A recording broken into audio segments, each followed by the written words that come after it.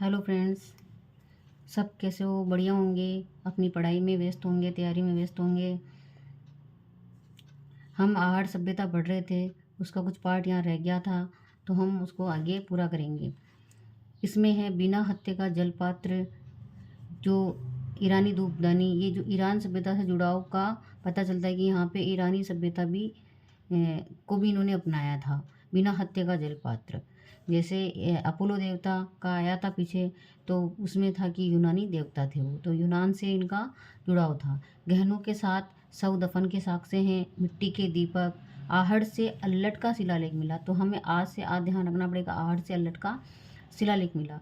पत्थर की सिलबट्टे, मैल उतारने का पत्थर, आटा पीसने की चक्की, मुड्डे कार्य, तांबा गलाना।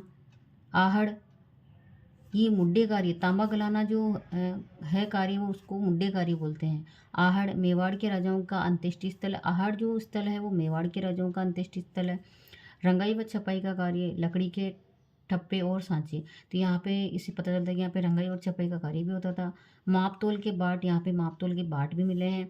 मकानों से पानी निकालने की वैज्ञानिक पद्धति, जो मकानों से पानी निकालने की वैज्ञानिक पद्धति यानी शोषण पात्र बनाए जाते थे, और उस पद्धति को चक्रकूप पद्धति कहते थे।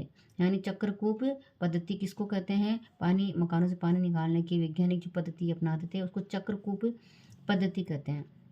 8 बार बसी और 8 बार उजड़ी, इसलिए यहाँ पे 8 स्तर बताए जाते हैं। 8 बार बसी और 8 बार उजड़ी। आहड़ सभ्यता के कुछ केंद्र भी बताए गए। इसमें प्रमुख केंद्र है गिलुंड, बालाथल, ओझियाना, लाचुरा, धोला मगरा, भगवानपुरा, रोजड़ी।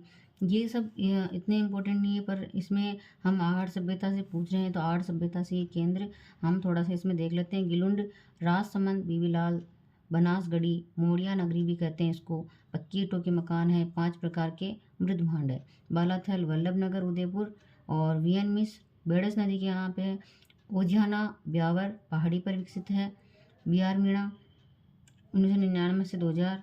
इसी तरीके से लाचुरा भीलवाड़ा, धोला मगरा, भगवानपुरा, रोहिड़ी, इस तरीके से बहुत से केंद्र है जिनको हमें देखना है। इसके बाद हम पढ़ेंगे गणेश्वर सभ्यता। गणेश्वर सभ्यता जो कि है नीम का थाना, सीकर, कांतली नदी। ये 2800 ईस्वी पूर्व से 2000 ईसा पूर्व तक है। नीम का थाना, सीकर, कांतली नदी। पुरातत्व का पुष्कर कहा जाता है इसको, ये इंपॉर्टेंट है, ध्यान रखना कि पुरातत्व का पुष्कर कहा जाता है। ताम्रयुगीन सभ्यताओं की जननी कहते हैं, वो ताम्रवती नगरी थी। कौन? आहड़। आहड़ ताम्रवती नगरी, और ये ताम्रयुगीन सभ्यताओं की जननी। अब जननी से कैसे याद रखना है? जननी यानी मातेश्वरी को बोलते हैं हम, और इनके पुत्र कौन? गणेश। तो इस तरीके से हम याद रख सकते हैं जननी गणेश। इनकी जो खोज की RC अग्रवाल, रतन चंद्र, 1972 में इन्होंने खोज की। तो RC अग्रवाल, रतन चंद्र। उत्खनन कार्य किया जो 1977 से 78 RC अग्रवाल ने किया। ताम्र संचयी संस्कृति, इसको ताम्र संचयी संस्कृति भी कहते हैं। विशेषताएं हैं तांबे का निर्यात। यहाँ पे क्या क्या साक्ष्य जो मिले हैं, या क्या क्या यहाँ की विशेषता है? तांबे का निर्यात।